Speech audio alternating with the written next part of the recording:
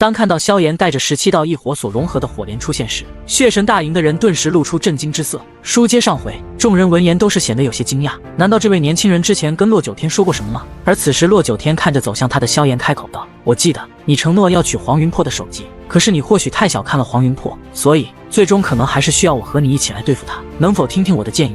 萧炎说道：“说说看。”听得此话，洛九天点了点头。只见萧炎慢慢转身面向众至尊强者，随后缓缓举起手掌，一道道不同颜色的火焰从他体内飞出，而后那些火焰便是在众人惊骇的目光下化为了一道道身影，数量竟有着22道之多。更令众人震惊的是，这些火焰化身的人每一个都散发着不弱于至尊的气息，22道火焰化为22位至尊，火焰之灵，这不是亿万炎焰榜前100的火焰才能成功的吗？见到这一幕，古洛山惊讶的道。而接下来萧炎那一段话却是让在场的所有人神情一致。如果你们信得过我，让我来对付黄云破和2位6品至尊，还有那4位5品至尊，而其余的21位至尊就随你们打。数日后，距离洛神大营数十万里外的地方，洛前辈，前方数万里便是血神大营的据点了吧？萧炎望向远方隐约显现的巨大山脉询问道。没错，我们已经进入了他们侵占的领土。洛九天回应道，紧接着其身形一动，瞬间向着远处的山脉暴掠而去，在其身后众多至尊强者也是跟了上去，只留下一声震撼天地的呼声，向着那远方的巨大山脉回荡。今日灭了这血神大营，滚滚乌云遮蔽了方圆万里的天际，下方蔓延着一片弥漫血腥之气的山脉。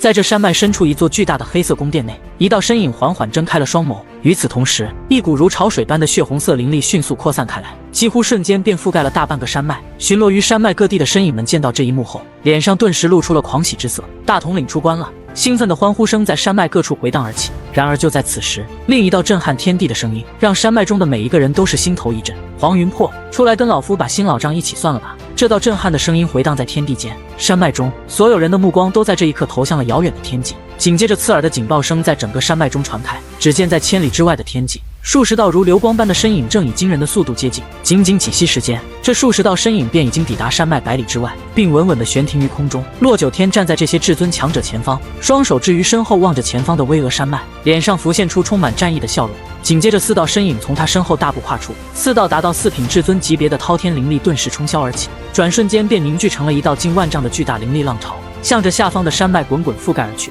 是洛神族的人，他们打过来了！惊呼声在山脉中回荡，随即便见无数身影疯狂地腾空而起，一道道或是100丈，或是数百丈、千丈的灵力攻势，铺天盖地地轰向那滚滚而来的巨大灵力浪潮。2道身影冲在最前，释放出的强大气息使得空间都产生了波动，竟都达到了1品至尊的高度。2股滔天灵力从这2位血神大营的至尊强者身上爆发出来，化作2道数百丈的巨大灵力掌印，猛地拍向那滔天灵浪，试图阻止他的前进。然而让得这2人瞳孔骤然收缩的是，他们全力发出的掌印在触碰到那巨浪的瞬间，竟直接崩溃散开，化作了满天的灵力碎片。可恶！快叫大统领来！惊恐声从那2名至尊强者口中发出。然而话音刚落，那股滔天灵浪便在他们惊骇的目光下，将他们和近1000名靠近的血神大营强者所吞没。此刻山脉外围的区域恐怕已无生灵存活，远处数千里之外，突然一道道光柱冲天而起，紧接着数十道身影从光柱中缓步走出，这数十人的气息爆发皆是达到了至尊层次。只见得那众多出现的至尊强者中，有着5道身影一步踏出，他们同时催动着体内的灵力，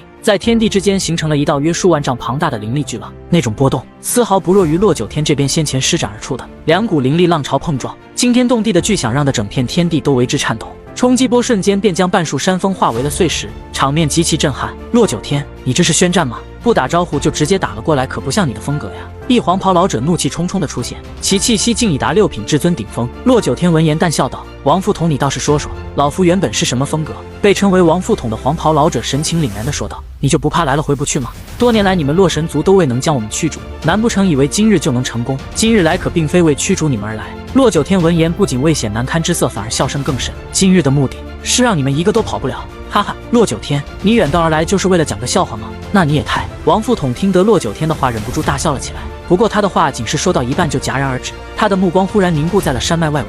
那是什么？王副统惊呼道。此刻在他眼前展现的是前所未有的一幕，只见一道道滔天巨焰化作一道巨大的火幕，将整个山脉都是围绕了起来。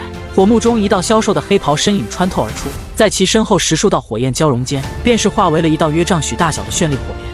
一种毁天灭地般的恐怖波动也是席卷而开。萧炎带着17道异火所融合的佛怒火焰，穿越虚空降临在了中心大殿之上。紧接着，毁灭性的火莲如陨石般对着那巨殿降落而下。不好，他们要攻击大统领！远处血神大营的至尊强者见到那黑袍身影后，面色顿时一变，然而根本不待他们动身前去对萧炎进行阻拦。萧炎身后的火莲已是掠过天际，降落在了巨殿之上。轰！随着萧炎脸上冷笑浮现，一声惊天巨响也是响彻了天地。